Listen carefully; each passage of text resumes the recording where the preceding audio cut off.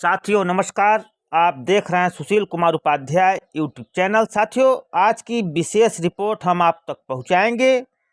तमाम राज्यों से साक्षरता की जो नई स्कीम चल रही है उसके संदर्भ में किस तरह से नई साक्षरता योजना सरकार लेकर आई है।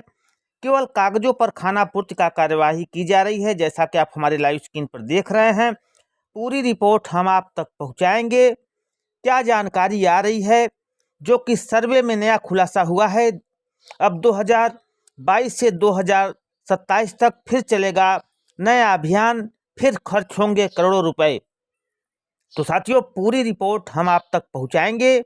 किस तरह से सरकार द्वारा नई स्कीम लाया गया है और जो प्रौढ़ हैं उनको साक्षर होने की बात कौन कहे। केवल कागजों पर उनके साक्षर किया जा रहा है, जबकि जमीनी हकीकत यह है कि किसी भी प्रौढ़ शिक्षा 75,000 7,50,000 युवा व वृद्ध क ख ग घ भी नहीं पढ़ पाते।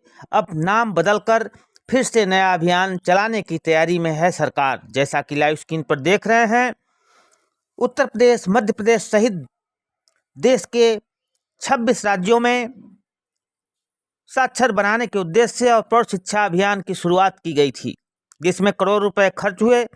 लेकिन खर्च का ग्रामीण क्षेत्रों पर कितना असर पड़ा है, हाल ही में एक सर्वे देखकर पता लग जाता है। जहां हम बात कर रहे हैं राजगढ़ जिले की, जहां पर 15 साल से ऊपर लोगों का जब सर्वे किया गया तो उनमें अभी भी 7,50,000 लोग ऐसे हैं जो कि क ख ग भी पढ़ना नहीं जानते हैं। इस अभियान पर खर्च हुआ, मैट्रिक पर सब सवाल खड़े होते हैं। वहीं एक बार फिर प्रौढ़ शिक्षा का नाम बदलकर वापस से करोड़ों रुपए खर्च करने की तैयारी की जा रही है। अब इस अभियान को नव भारत अभियान नाम लिया जाना है, जो 2022 से 2027 तक चलेगा।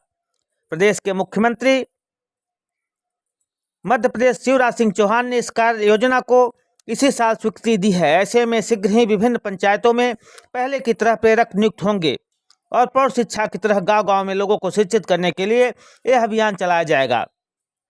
लेकिन पुराने अनुभव को यदि देखें तो ग्रामीण अंचलों में उसका कुछ खास असर देखने को नहीं मिल रहा है, क्योंकि आज भी न सिर्फ गिनती बल्कि पहाड़ा 12 खड़ी आज ग्रामीण क्षेत्रों के कई सारे क्षेत्रों में लोगों को नहीं आता है। तो क्या पढ़ाया जाएगा। नव भारत अभियान को शुरू करने से पहले शिक्षा विभाग के ही शिक्षकों के माध्यम से एक सर्वे कराया गया था, जिसमें पाया गया कि बड़ी संख्या में लोग ऐसे हैं जिन्हें कुछ भी पढ़ना लिखना नहीं आता है। यह बताना होगा कि गांव-गांव में स्कूल खोल दिए गए हैं। 40 साल से ज़्यादा आयु वाले प्रौढ़ शिक्षक के माध्यम से शिक्षा दी जा रही थी, तब भी जिले की हालत ठीक नहीं थी। प्रौढ़ शिक्षा कहाँ गया। प्रौढ़ शिक्षा का सामान प्रत्येक पंचायत में एक नियुक्त की गई थी। उसे न्यूनतम मानदेय के अलावा विभिन्न तरह की सामग्री उपलब्ध कराई गई थी, जिनमें कुर्सी, टेबल, विभिन्न मनोरंजन के साधन, ताकि बुजुर्ग उसकी क्लास में पढ़ने आते रहें। लेकिन प्रौढ़ शिक्षा खत्म होने के साथ ही सामग्री भी का कुछ पता होता नहीं है। नीति आयोग की रिपोर्ट में भी जिला पिछड़ा हुआ है।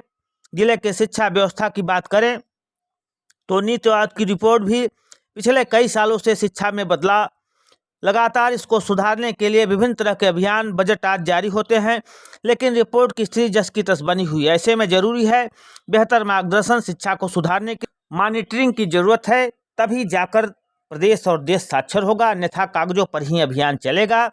प्रौढ़ शिक्षा दूर की बात, स्कूली व्यवस्था पर भी जिम्मेदार ध्यान नहीं दे रहे हैं। सर्वे में सामने आया सच, फिर शुरू होगा अभियान। हाल ही में एक सर्वे कराया गया जो कहीं न कहीं हमारे विभाग के माध्यम से हुआ है। इसमें सामने आया कि पूरे प्रदेश में 7.5 लाख, जबकि राजगढ़ में 75,000 से ज़्यादा लोगों को कुछ नहीं आता है। इसलिए वापस से गांव-गांव में एक नया अभियान शुरू होगा, जिसको लेकर फिलहाल बजट या फिर किस तरह से अभियान चलेगा, यह ज़्यादा डिटेल नहीं आई है। के एन गुप्ता, प्रभारी प्रौढ़ शिक्षा, राजगढ़ की तरफ से यह जानकारी दी गई है। तो निश्चित तौर पे जिस तरह से सरकार नई योजना ला रही है, जहाँ पर स्वयंसेवकों के माध्यम से पढ़ाने की बात कर रही है, तो एक बार पुनः कागजों पर ही लोग शिक्षित होंगे।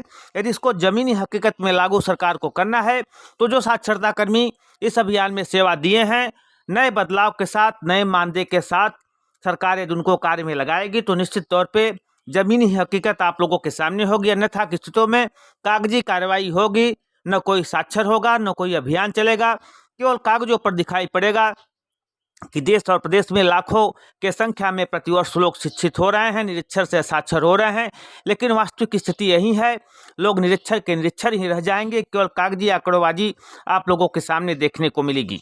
तो साथियों, जो जमीनी हकीकत है, जिस तरह से पढ़ना लिखना अभियान चला, जो कि स्वयंसेवकों के माध्यम से इसी तरह का अभियान नव साक्षर भारत अभियान आया है, तो सरकार को चाहिए कि इसमें प्रेरकों को लगाकर उनको अच्छा मानदेय देकर साक्षरता के लक्ष्य जगाने वाले के जीवन के साथ अच्छा